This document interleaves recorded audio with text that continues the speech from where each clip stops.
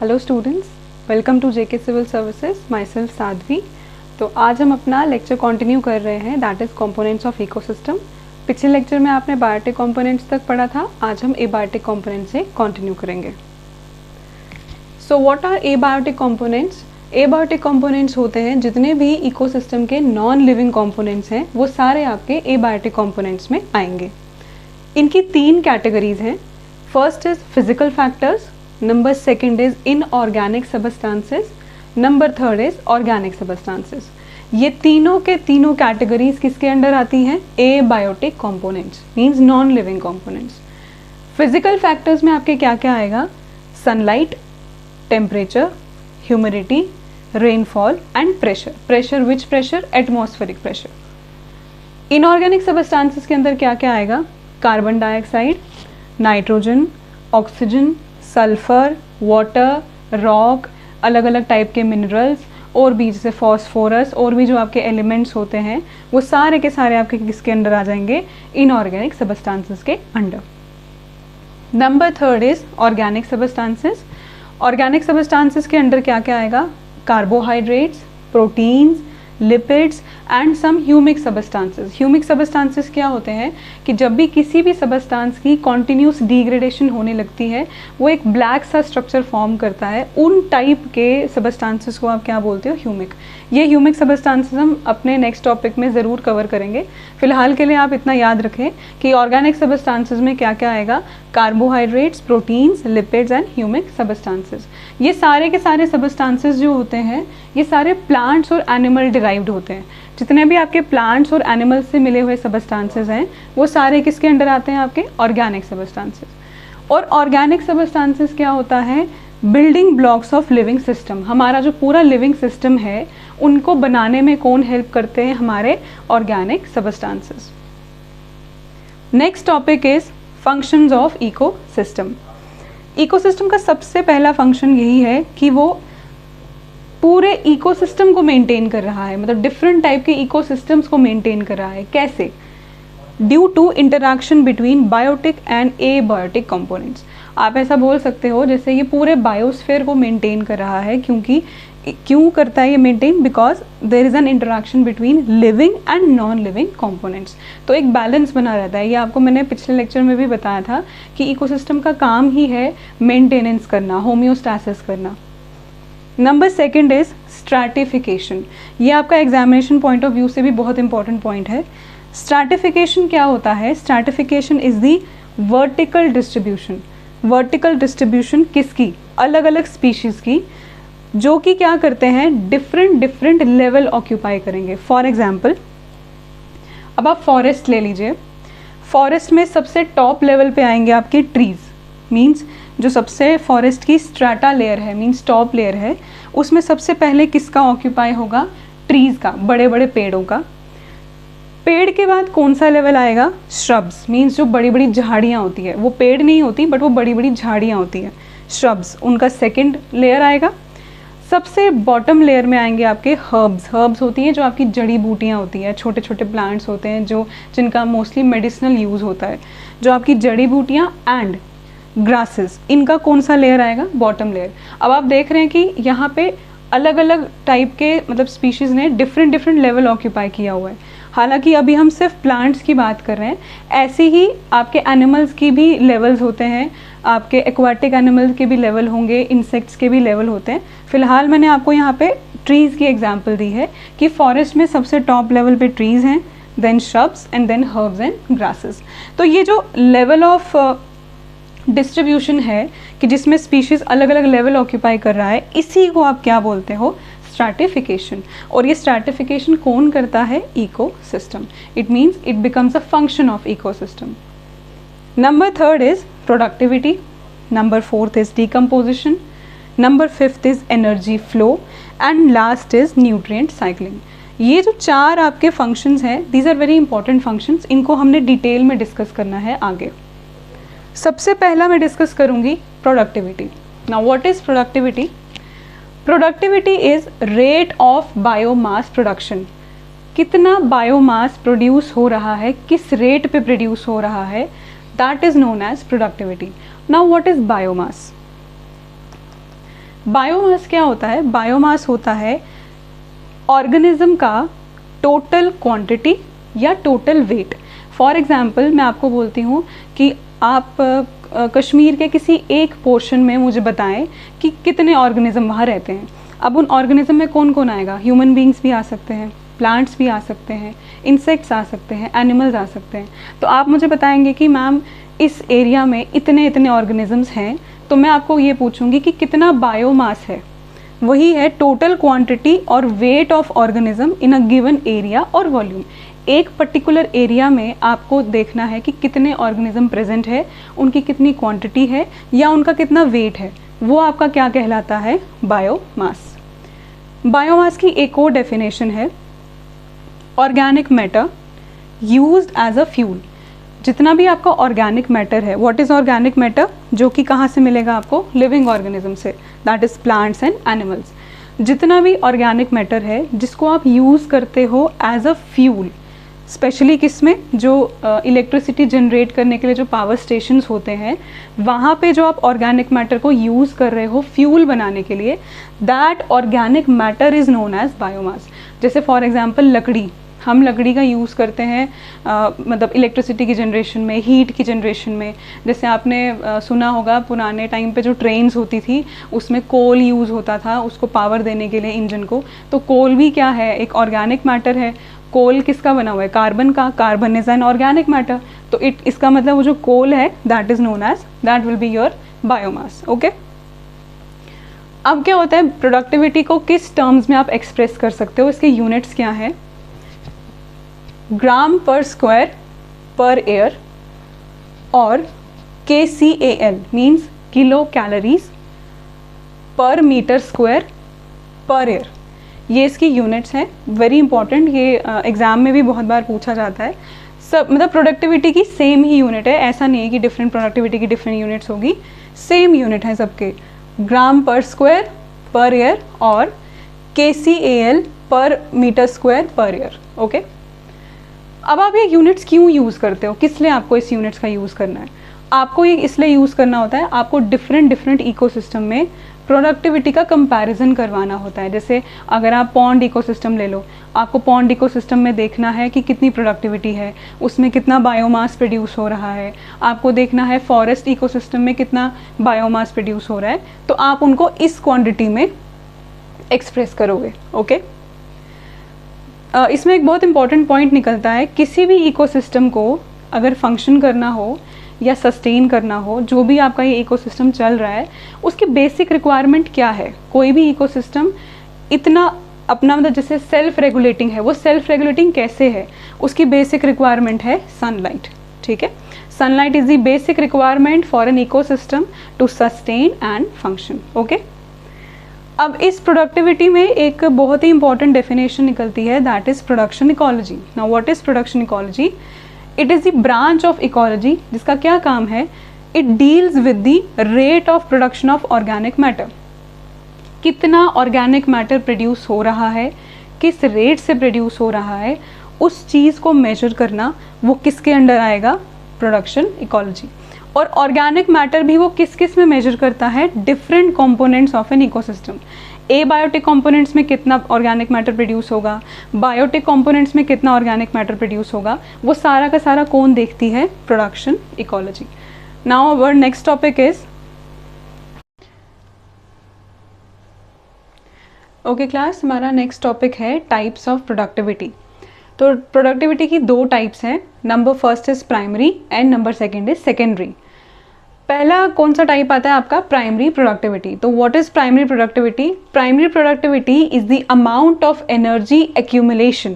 कितना amount of energy इकट्ठा हो रहा है किसमें? ग्रीन प्लांट्स में as biomass means as organic matter. कितनी एनर्जी ग्रीन प्लांट्स में इकट्ठी हो रही है ड्यूरिंग फोटोसिंथेसिस।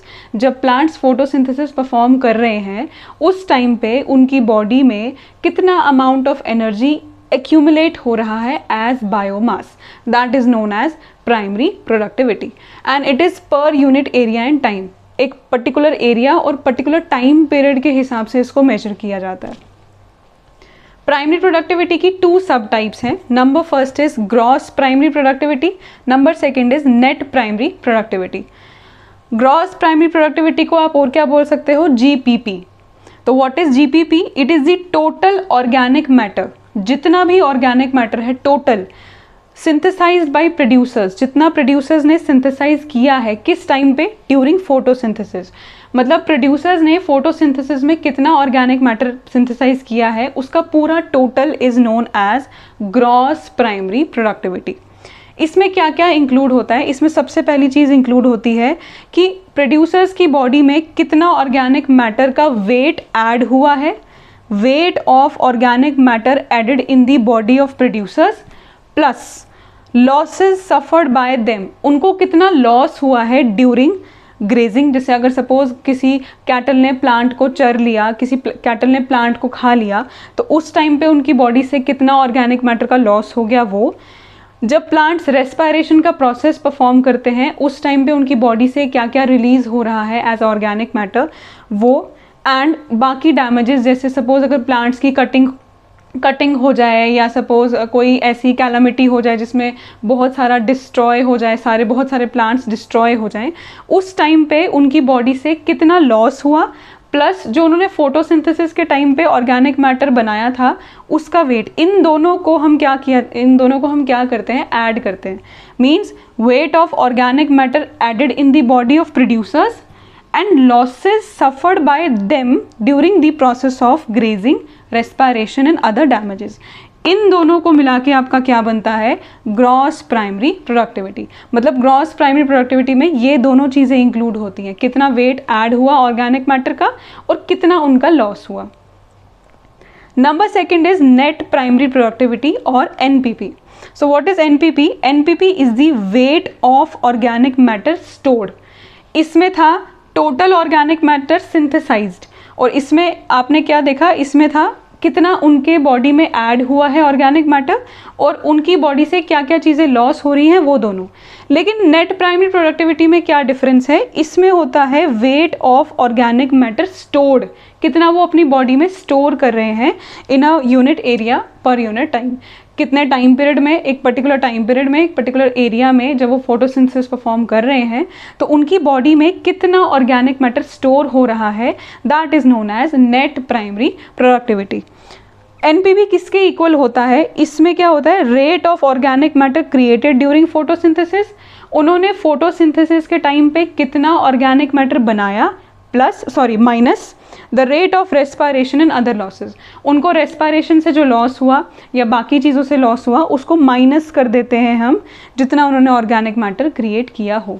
अब ऑर्गेनिक मैटर किस में क्रिएट किया होता है उन्होंने? जीपीपी में। इसका मतलब है NPP will be equal to GPP minus are.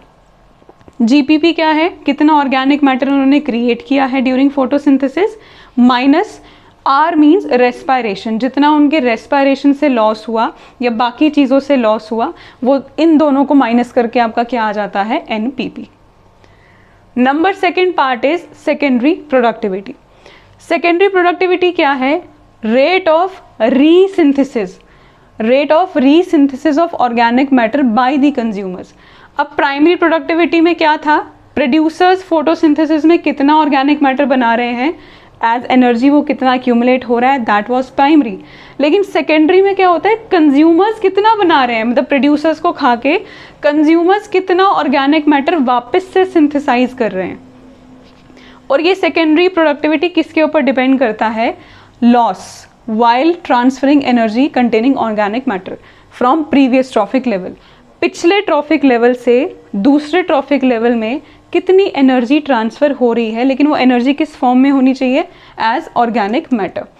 कितनी प्रीवियस ट्रॉफिक लेवल से नेक्स्ट ट्रॉफिक लेवल में जो एनर्जी ट्रांसफ़र हो रही है एज ऑर्गेनिक मैटर, और उस ट्रांसफ़र के टाइम पे कितना लॉस हो रहा है, वो होती है सेकेंडरी प्रोडक्टिविटी। लेकिन ये किन के केसेस में होता है, कंज्यूमर्स के केसेस में, ओके।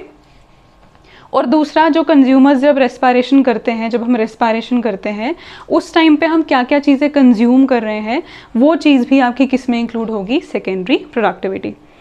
प्रीवियस ट्रॉफिक लेवल का मतलब है जैसे सपोज अगर एक हर्बीवोर, जैसे सपोज अगर एक प्लांट है, प्लांट को हर्बीवोर ने खाया, हर्बीवोर को कोई कार्निवोर खाएगा, तो हर्बीवोर को खाने के बाद जो हर्बीवोर की energy as organic matter carnivore में जा रही है, जब वो ट्रांसफ़र हो रही है उस टाइम पे जो लॉस हुआ वो है आपकी सेकेंडरी प्रोडक्टिविटी। मींस जो हर्बीवोर ने फिर से रीसिंथेसाइज किया अपनी बॉडी के अंदर ऑर्गेनिक मैटर, और वही जो उसकी बॉडी में रीसिंथेसाइज हुआ है ऑर्गेनिक मैटर, वो किसके अंदर चला गया, एक कार्निवोर के अंदर चला गया, हर्बीवोर से कार्निवोर के अंदर चला गया। जब वो हर्बीवोर का ऑर्गेनिक मैटर ट्रांसफ़र हो रहा था कार्निवोर में, उस ट्रांसफ़र के दौरान कितना लॉस हुआ एनर्जी का एज ऑर्गेनिक मैटर वो, एंड कितना उसने कंजप्शन किया ड्यूरिंग रेस्पिरेशन, ये दोनों चीज़ें आपकी किस में आती हैं, सेकेंडरी प्रोडक्टिविटी में। जैसे प्राइमरी प्रोडक्टिविटी में आपका एडिशन था, स्टोरेज था, वैसे इसमें क्या है, लॉस एंड कंजप्शन। फ़र्क इतना है कि प्राइमरी प्रोडक्टिविटी में ग्रीन प्लांट सिंथेसाइज कर रहे हैं, सेकेंडरी प्रोडक्टिविटी में कंज्यूमर्स अपनी बॉडी के अंदर रीसिंथेसाइज कर रहे हैं ऑर्गेनिक मैटर। अब यहाँ पे रेस्पिरेशन का लॉस आता है कि सेकेंडरी प्रोडक्टिविटी में जब कंजप्शंस करते हैं कंज्यूमर्स, उस टाइम पे रेस्पिरेशन में कितना लॉस होता है। ऑटोट्रॉप्स का 20% होगा, जब वो अपनी फोटोसिंथेसिस परफॉर्म करेंगे तो ऑटोट्रॉप्स का 20% लॉस होता है एज रेस्पिरेशन, हर्बीवोर्स का 30% एंड कार्निवोर्स का up to 60%। It can be less than 60, 50 भी हो सकता है, 55 हो सकता है, but not more than 60, it is up to 60। ओके, अब ये जो रेस्पिरेशन लॉस की जो ये आपके पास डेटा है, इससे आपको क्या पता चल रहा है कि जो नेट प्रोडक्टिविटी है वो डिक्रीज़ होती जाएगी जैसे जैसे आपके ट्रॉफिक लेवल्स बढ़ते जाएंगे, energy in the form of organic matter ज़्यादा लॉस होती जाएगी। तो जब energy in the form of organic matter ज़्यादा लॉस हो रही है तो अल्टीमेटली आपकी जो नेट प्रोडक्टिविटी है, मतलब मीन सेकेंडरी प्रोडक्टिविटी है, वो लॉस होता जाएगा, जिसकी वजह से आपकी जो नेट प्रोडक्टिविटी है वो भी लॉस होती जाएगी। Okay, now our next topic is productivity के लेवल्स ऑफ प्रोडक्टिविटी। तो इनको पढ़ने से पहले first of all you should know what are levels and क्यों हम इसे पढ़ रहे हैं। लेवल्स ऑफ प्रोडक्टिविटी किसके ऊपर डिपेंड कर रहा है, हम ये टॉपिक क्यों पढ़ते हैं। लेवल्स ऑफ प्रोडक्टिविटी डिपेंड करता है plant species of an area.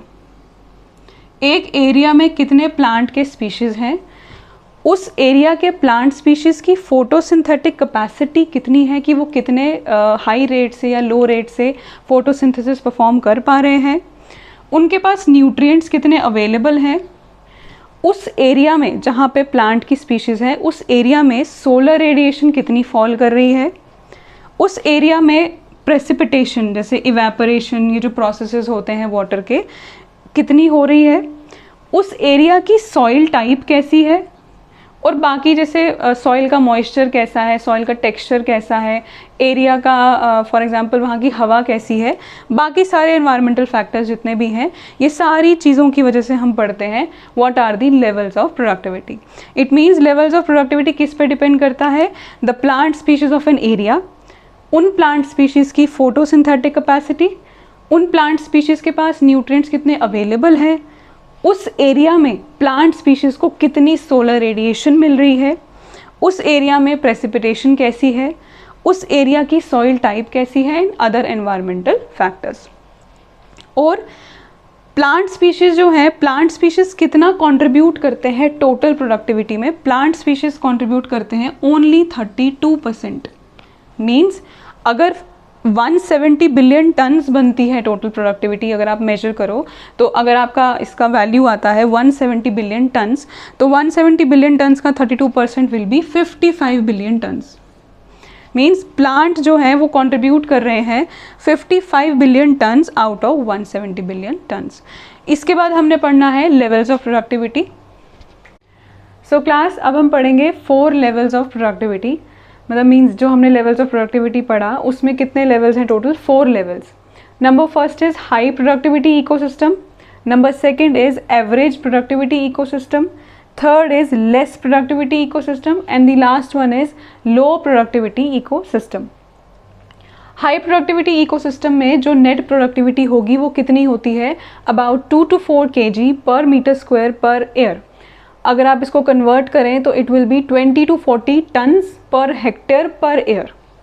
Means जितनी ये जो एक क्वांटिटी आपको मैंने यहाँ पे लिखवाई है, अगर इतनी क्वांटिटी होगी, इसका मतलब है जो प्रोडक्टिविटी का लेवल है वो किसके अंडर आएगा, हाई प्रोडक्टिविटी इकोसिस्टम के अंडर। ये मैंने इकोसिस्टम यहाँ पे वर्ड्स क्यों ऐड किए हुए हैं, क्योंकि आप प्रोडक्टिविटी जो है वो किस में मेजर करते हो, डिफरेंट इकोसिस्टम्स में। तो इसीलिए मैंने लेवल्स के साथ यहाँ इकोसिस्टम इसलिए जोड़ा हुआ है क्योंकि डिफरेंट इकोसिस्टम में डिफरेंट लेवल ऑफ प्रोडक्टिविटी बनेगी, तो उसी हिसाब से आपने इसकी वैल्यूज़ याद रखनी है। अगर 2 to 4 kg पर मीटर पर एयर होगा या 20 to 40 टन पर हेक्टेयर पर एयर होगा, दैट मीन्स आपकी वो प्रोडक्टिविटी जो है वो किसके अंडर आ रही है, हाई प्रोडक्टिविटी इकोसिस्टम के अंडर। अब इसमें क्या होता है, इसमें प्रोड्यूसर्स के ऊपर डिपेंड करता है वो किस टाइप के प्रोड्यूसर्स हैं, उनका फोटोसिंथेटिक कैपेसिटी कैसा है। जैसे हमने लेवल्स में पढ़ा था कि ये सारा डिपेंड किस पे करता है, कितने प्लांट स्पीशीज़ हैं, उनकी फोटोसिंथेटिक कैपेसिटी क्या है। तो किस टाइप के प्रोड्यूसर्स हैं उनकी प्रोडक्टिविटी की रेंज कहाँ तक होगी, 6 to 20 ग्राम्स पर मीटर। ये किसकी बात मैं कर रही हूँ, हाई प्रोडक्टिविटी इकोसिस्टम के अंडर। और ये इकोसिस्टम आपको कहाँ कहाँ मिलेंगे, एक है forest, flood plains, coral reefs, areas of upwelling. Upwelling का मतलब होता है जैसे जब कभी कभार डीप कोल्ड वाटर कभी कभार सरफेस के ऊपर राइज कर जाए, जैसे आपने कार्टून्स में भी देखते हैं वो लहरें चलती हैं, उसमें सर्फिंग करते हैं लोग, वो जो लहरें जब कभी सरफेस के ऊपर राइज कर जाती हैं उसको आप बोलते हो अपवेलिंग। तो जो जितने भी एरियाज़ ऐसे होते हैं जो अपवेलिंग एरियाज़ होते हैं वो सारे के सारे किसके अंडर आते हैं, हाई प्रोडक्टिविटी इकोसिस्टम के अंडर। और जैसे फॉर एग्जांपल शुगर केन के फील्ड्स हो गए, वो भी आपका हाई प्रोडक्टिविटी इकोसिस्टम होगा। तो इसमें मैक्सिमम प्रोडक्टिविटी किस में होती है, सबसे ज़्यादा प्रोडक्टिविटी होती है कोरल रीफ्स में, उसके बाद होती है एस्चुरीज और सबसे कम होती है शुगर केन फील्ड्स में। ऑल्दो ये आपके हाई प्रोडक्टिविटी में ही आते हैं, सिर्फ इनकी वैल्यूज़, इसकी वैल्यू थोड़ी ज़्यादा होगी, इससे थोड़ी कम और इसकी थोड़ी कम होगी, ठीक है। Next is average productivity ecosystem. तो एवरेज प्रोडक्टिविटी इकोसिस्टम में प्रोडक्टिविटी कितनी होनी चाहिए, 1 to 2 kg per metre square per air या 10 to 20 टन्स पर हेक्टेयर पर एयर। और इसका डेली आउटपुट कितना होता है, with a daily output of 3 to 5 grams per metre square. जैसे इसका होता है 6 to 20 grams per metre square, इसका होता है 3 to 5 grams per metre square. इसमें क्या क्या एग्जांपल्स आती हैं, जैसे आपकी एग्रीकल्चर क्रॉप्स होती हैं, राइस वगैरह, और जैसे आपके टेम्परेट फॉरेस्ट होते हैं। ये दो एग्जांपल्स आपकी आती है एवरेज प्रोडक्टिविटी इकोसिस्टम के under. Then third is less productivity ecosystem. इसकी एनुअल प्रोडक्टिविटी, सालाना एनुअल प्रोडक्टिविटी कितनी होती है, 200 to 1000 grams per metre square और 2 to 10 टन पर हेक्टेयर। अब यहाँ पे मैंने एयर नहीं लिखा क्योंकि यहाँ पे एनुअल प्रोडक्टिविटी की बात कर रही हूँ मैं, ठीक है। इसका डेली इंक्रीमेंट कितना होता है, मतलब डेली ये कितना कितना बढ़ता रहता है, 0.5 to 3 grams per metre square, means इनसे भी कम, ओके। इसकी एग्जाम्पल क्या आती है, जैसे ग्रासलैंड इकोसिस्टम हो गया या सवाना हो गया। सवाना क्या होता है, सवाना एक प्लेन होता है, नॉर्मल एक प्लेन है जिसमें सिर्फ और सिर्फ ग्रास होती है with very less number of trees. बहुत कम पेड़ होते हैं, पूरा एक बड़ा सा प्लेन होता है जिसमें सिर्फ ग्रास होती है और बहुत ही कम मतलब कॉर्नर्स पे ट्रीज होंगे, that is known as savanna. तो सवाना आपका किसके अंडर आता है, लेस प्रोडक्टिविटी इकोसिस्टम के under. The last one is low productivity ecosystem. इसमें नेट प्रोडक्टिविटी लेस देन होती है 200 grams per metre square per year, means 200 grams per metre square per year से भी कम वैल्यू हो तो that will be low productivity ecosystem. और इसका डेली आउटपुट किस तरह होता है, 0.03 टन्स पर हेक्टेयर पर एयर, मीन्स 3 ग्राम पर मीटर स्क्वायर पर एयर। मैंने आपको ये सभी वैल्यूज़ कन्वर्ट करके दे दी हैं, it will be very easy to remember, okay. तो लो प्रोडक्टिविटी इकोसिस्टम कहाँ कहाँ आपको दिखेंगे, डीप सी, एरिड लैंड्स, कुछ डेजर्ट्स में आपके हॉट डेजर्ट भी हैं, कोल्ड डेजर्ट भी हैं, दोनों टाइप के डेजर्ट्स हैं। एरिड लैंड्स क्या होता है, एरिड एरिया होता है ऐसा डेजर्ट एरिया या सेमी डेजर्ट एरिया या ऐसा बैरन लैंड, बैरन मीन्स बंजर ज़मीन, ऐसी बंजर ज़मीन या ऐसा डेजर्ट या ऐसा सेमी डेजर्ट जहाँ पे प्रेसिपिटेशन लेस देन 10 इंचज़ होती है। प्रेसिपिटेशन मीन्स रेनफॉल, जहाँ पे रेनफॉल लेस देन 10 इंचज़ हो, उस एरिया को आप क्या बोलते हो, एरिड लैंड्स। मतलब एरिड में आपके आते हैं बंजर ज़मीन, डेजर्ट और सेमी डेजर्ट्स, लेकिन जहाँ पे रेनफॉल जो हो वो 10 इंचेस से कम होती है, तो वो आपकी लैंड्स किसके अंदर आएंगी, लो प्रोडक्टिविटी इकोसिस्टम के अंडर। अब ऐसा क्यों होता है, इसमें नेट प्रोडक्टिविटी इतनी कम क्यों होती है, क्योंकि यहाँ पे वाटर और मतलब वाटर की नॉन अवेलेबिलिटी और हाई टेम्परेचर होता है हॉट डेजर्ट्स में, और कोल्ड डेजर्ट्स में लो टेम्परेचर होने की वजह से इनकी प्रोडक्टिविटी, नेट प्रोडक्टिविटी बहुत ज़्यादा कम होती है। ओशंस में क्या होता है, ओशंस में भी प्रोडक्टिविटी कम क्यों होती है, क्योंकि वहाँ पे जब डीप क्रीजेस पे आप जाओ, बिल्कुल डेप्थ पे अगर आप जाते हो, वहाँ पे लाइट नहीं पहुँचती। तो जो आपने सबसे पहले पढ़ा था कि लेवल्स ऑफ प्रोडक्टिविटी किस पे डिपेंड करता है, सोलर रेडिएशन। तो अगर आप ओशंस की बात करो, ओशंस के डेप्थ में लाइट नहीं पहुंचती है, तो इसका मतलब है प्रोडक्टिविटी लेस होगी, और नाइट्रोजन की क्वांटिटी कुछ ज़्यादा ही होती है डेप्थ में, बहुत ज़्यादा डेप्थ में नाइट्रोजन की क्वांटिटी ज़्यादा होती है, इस वजह से वहाँ पे प्रोडक्टिविटी बहुत ज़्यादा कम होती है। तो ये आपको एग्जाम्पल्स याद रखनी है, high productivity, average, less and low. आपको ये वैल्यूज़ याद रखनी है, किस में कितनी वैल्यूज़ होती हैं, और examples. Okay, so our next topic is okay class. अब प्रोडक्टिविटी के बाद हमारा नेक्स्ट पॉइंट है decomposition. So what is decomposition? Decomposition is the breakdown of complex organic matter. मतलब जो ऑर्गेनिक मैटर है which is in the complex form, complex organic matter का breakdown हो रहा है कहाँ से? From the body of dead plants and animals. Dead plants और एनिमल्स की बॉडी से जो कॉम्प्लेक्स ऑर्गेनिक मैटर है उसका ब्रेक डाउन हो रहा है with the help of decomposers. Process is known as decomposition, और उसको करने वाला कौन है? डिकम्पोजर्स। वो क्या करते हैं? वो डेड प्लांट्स और एनिमल्स की बॉडी से कॉम्प्लेक्स ऑर्गेनिक मैटर का ब्रेक डाउन करते हैं, और उसको ब्रेक डाउन करके क्या बनता है? इनऑर्गेनिक सबस्टांसेस, जैसे carbon dioxide, water, nutrients etcetera. Okay, अब जो ये डिकम्पोजिशन है, it is an oxygen requiring process. इसमें बहुत सा ऑक्सीजन रिक्वायर होता है, मतलब इसमें ऑक्सीजन की रिक्वायरमेंट बहुत ज़्यादा होती है। जो ये बैक्टीरियाज वगैरह, जो ये डिकम्पोजर्स वगैरह हैं, इनको ऑक्सीजन की रिक्वायरमेंट बहुत ज़्यादा होती है ताकि ये ईजिली ब्रेक डाउन कर सके ऑर्गेनिक मैटर को इनऑर्गेनिक सबस्टांसेस में। ओके, अब जो डिकम्पोजिशन है उसके लिए रॉ मटेरियल कौन सा चाहिए होता है? उसका नाम होता है डेट्रिटस। ओके, ये डेट्रिटस है क्या? सेम डेड प्लांट का रिमेन और डेड एनिमल्स का रिमेन।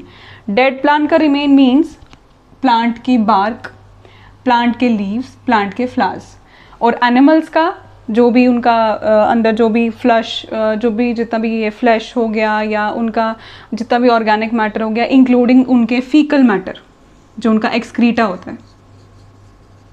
एक्सक्रीटा भी डेड एनिमल रिमेन्स में आता है। ओके, अब डिकम्पोजिशन में कौन कौन से प्रोसेसेस इन्वॉल्व हैं? डिकम्पोजिशन कैसे होती है? सबसे पहले होती है fragmentation, second is catabolism, third is leaching. तो ये तीन प्रोसेसेस हैं which are involved in decomposition. Number first is fragmentation.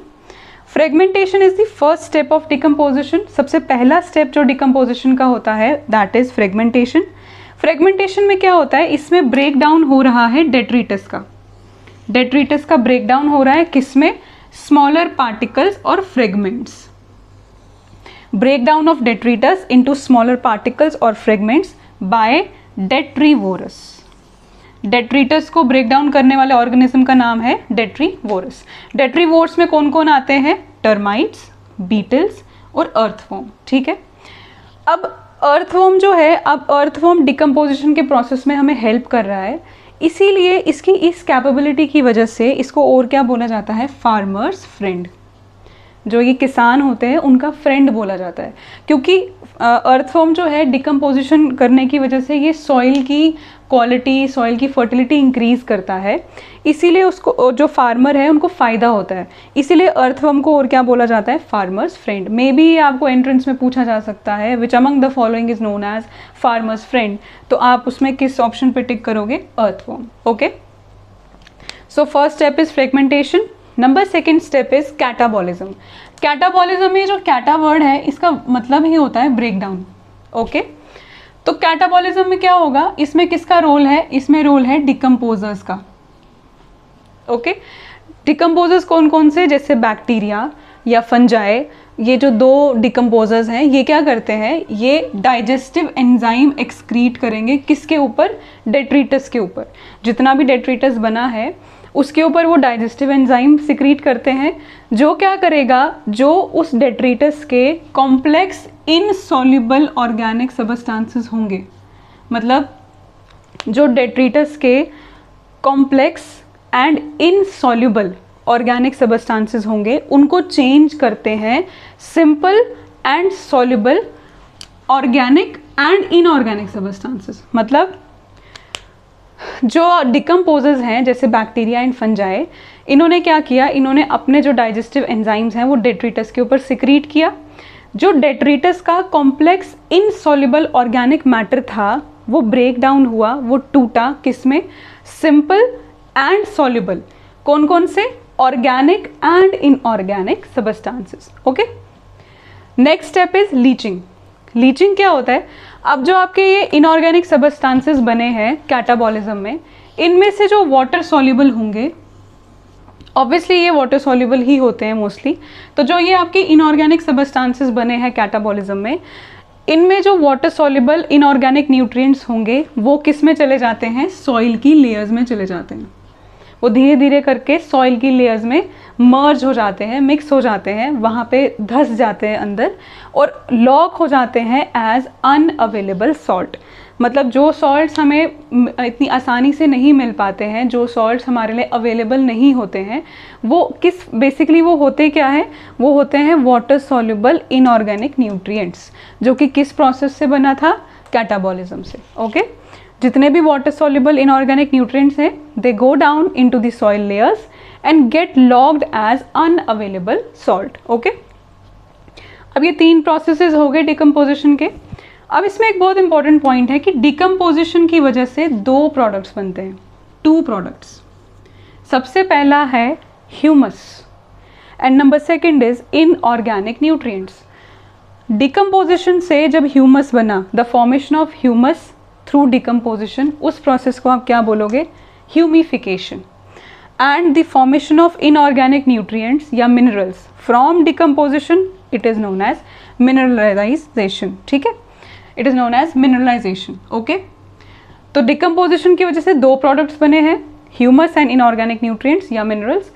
Humus की formation is known as humification, inorganic nutrients की फॉर्मेशन या मिनरल्स की formation is known as mineralization. Okay, now what is humus, ये humus क्या होता है।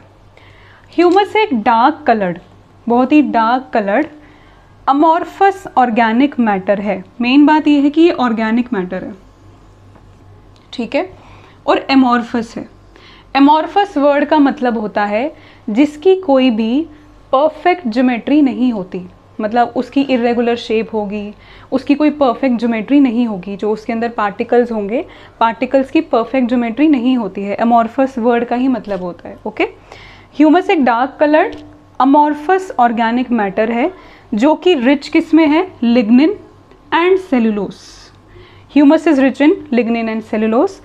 इसका नेचर कैसा होता है, कोलॉइडल, कोलॉइडल नेचर होता है। मीन्स ये पानी में 2 फेजेस बनाता है, मतलब पूरी तरह से सॉल्युबल नहीं होता, ये हाफ मतलब पार्शली सॉल्युबल होता है। Okay, and humus is resistant to microbial action. Humus के ऊपर माइक्रोब्स का कोई भी असर नहीं होता, जिसकी वजह से इसकी डिकम्पोजिशन बहुत ही ज़्यादा स्लो होती है।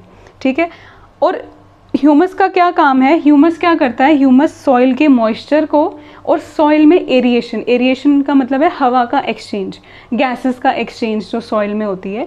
ह्यूमस क्या करता है, ह्यूमस सॉइल के मॉइस्चर को और सॉइल की एरिएशन को मेंटेन करता है। और ह्यूमस है क्या, it is a reservoir of nutrients. Humus एक न्यूट्रिएंट्स का रेजर्वॉयर होता है।